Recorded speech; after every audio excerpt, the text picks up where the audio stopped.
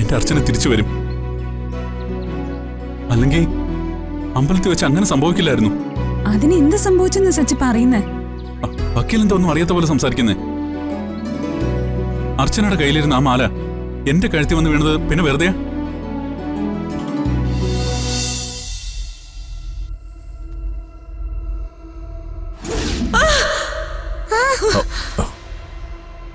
പാമ്പ് പാമ്പ്. അമ്മേ, സിസ്റ്റർ എന്താ എന്തു പറ്റി? എന്തിനാ നിലവിളിച്ചേ? പാമ്പ് പാമ്പ്. മാഡം പേടിക്കാനൊന്നുമില്ല. ഇത് സർപ്പക്കാവല്ല, ആശുപത്രിയാ. ഇവിടെ എങ്ങും ഒരു പാമ്പും ഇല്ല.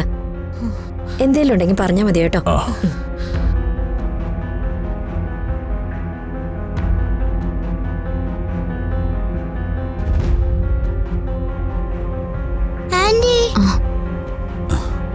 എങ്ങനെയുണ്ട് ഇപ്പൊ?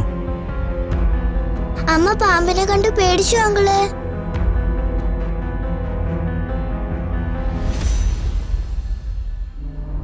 പേടിക്കണ്ട കേട്ടോ, അമ്മയ്ക്കൊന്നുമില്ല.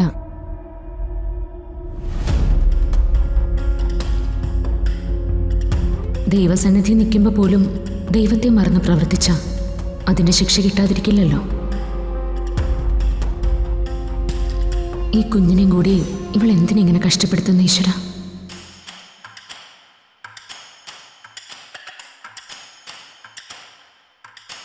ഡോക്ടർ എന്ത് പറഞ്ഞു മൂർത്തി? പേടിക്കാനൊന്നുമില്ല. സർപ്പക്കളത്തിൽ വെച്ച് പാമ്പിനെ കണ്ടപ്പോ ഉണ്ടായ ഒരു ഷോക്ക്, അത്രേ ഉള്ളൂ. ഓ,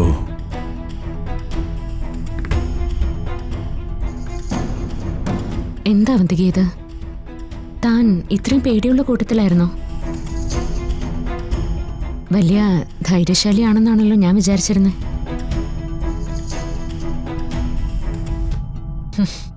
എനിക്കറിയില്ല സമൃദ്ധ. സത്യത്തിൽ അവിടെ വെച്ച് എനിക്ക് എന്താ സംഭവിച്ചെന്ന് ഒരു പിടിയും കിട്ടുന്നില്ല. കണ്ണടച്ചാൽ കൺമുന്നിൽ പാമ്പും ഭയവും മാത്രം.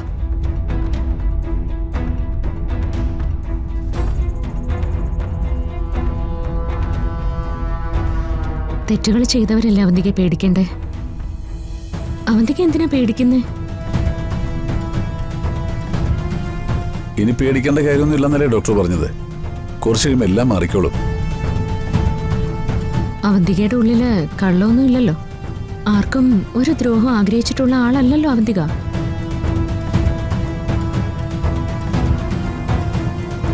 പാവം ചിപ്പിമോളുടെ കാര്യം കഷ്ടം. സർപ്പദൈവങ്ങൾ സത്യത്തിന് നീതിക്കൊപ്പം നിൽക്കുന്നവരാ.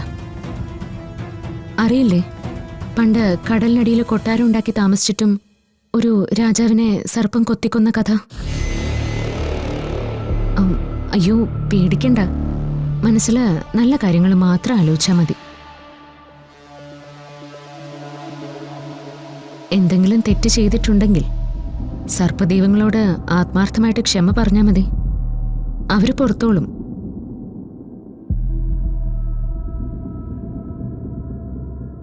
എങ്കിൽ പിന്നെ ഞങ്ങൾ ഇറങ്ങട്ടെ. മോളെ, ആന്റി പോയിട്ട് വരാം. പേടിക്കണ്ട കേട്ടോ. എന്തുണ്ടെങ്കിലും എപ്പോ വേണമെങ്കിലും മോൾ ആന്റിയെ വിളിച്ചാൽ മതി.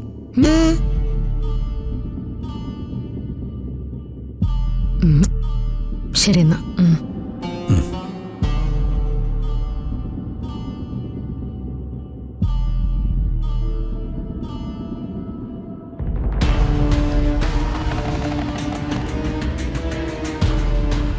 അവന്തികെ, നിനക്കെതിരെ നാഗദൈവങ്ങൾ പോലും പത്തി വിടർത്തി ആടിത്തുടങ്ങി. തെറ്റ് തിരുത്തി നീ മാപ്പ് പറഞ്ഞു. പക്ഷേ നാഗദൈവങ്ങൾ നിന്നോട് ക്ഷമിച്ചാലും ഞാൻ നിന്നോട് ഈ ജന്മം ക്ഷമിക്കില്ല. നിന്റെ സർവനാശം കണ്ടിട്ട് മാത്രമേ ഞാൻ എൻ്റെ സച്ചിയേട്ടൻ്റെ അടുത്തേക്ക് പോവൂ. അമ്മേ,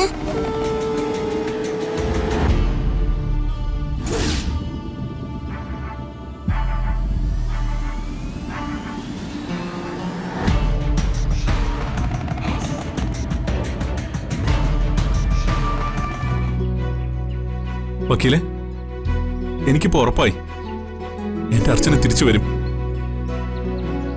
അല്ലെങ്കിൽ അമ്പലത്തിൽ വെച്ച് അങ്ങനെ സംഭവിക്കില്ലായിരുന്നു. അതിന് എന്ത് സംഭവിച്ചെന്ന് സച്ചി പറയുന്നേ? വക്കീൽ എന്താ ഒന്നും അറിയാത്ത പോലെ സംസാരിക്കുന്നേ? അർച്ചനയുടെ കയ്യിലിരുന്ന ആ മാല എന്റെ കഴുത്തി വന്ന് വീണത് പിന്നെ വെറുതെയാ?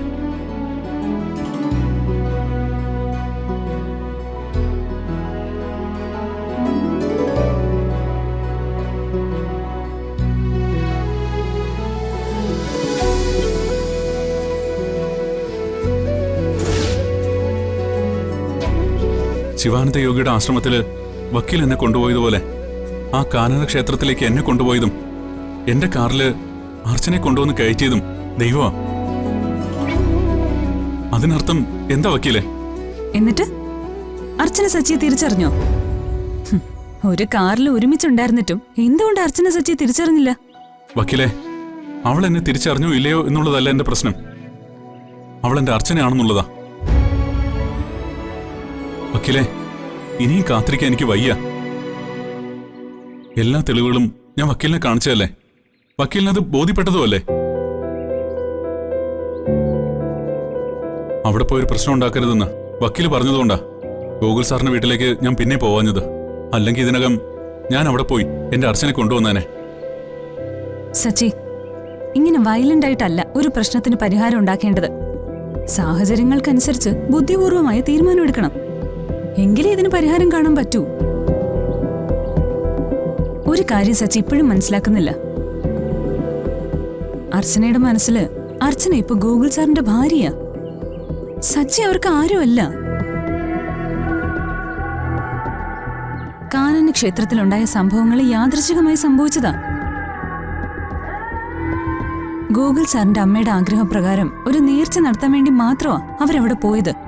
ഇല്ല, ഞാനത് സമ്മതിക്കില്ല. അത് യാദൃശ്ചികമല്ല, അത് ഒരടയാളമാ.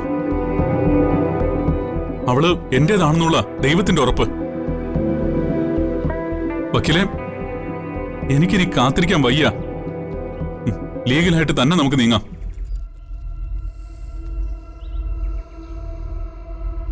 എന്റെ ഭാര്യയും മകളെയും തടവിൽ വെക്കാൻ ഗോകുൽ സാറിന് എന്താ അവകാശം? ഞാൻ നിയമപരമായിട്ട് നീങ്ങിയാൽ എന്റെ ഭാര്യയും കുഞ്ഞിനെയും എനിക്ക് തിരിച്ചു തരാതിരിക്കാൻ ഗോകുൽ സാറിന് പറ്റുമോ? സച്ചി, വക്കീലെ, ഇനിയും വക്കീൽ എന്നെ തടയാൻ ശ്രമിക്കരുത്. ന്യായം എന്റെ ഭാഗത്താ. നീതി കിട്ടേണ്ടത് എനിക്കാ. സച്ചി, നിയമം നമ്മുടെ കൂടെ നിന്നേക്കാം. പക്ഷേ അർച്ചനയുടെ കാര്യോ? ഈ ഒരു അവസ്ഥയില് അർച്ചന സച്ചിയുടെ കൂടെ നിൽക്കുമെന്ന് തനിക്ക് ഉറപ്പുണ്ടോ?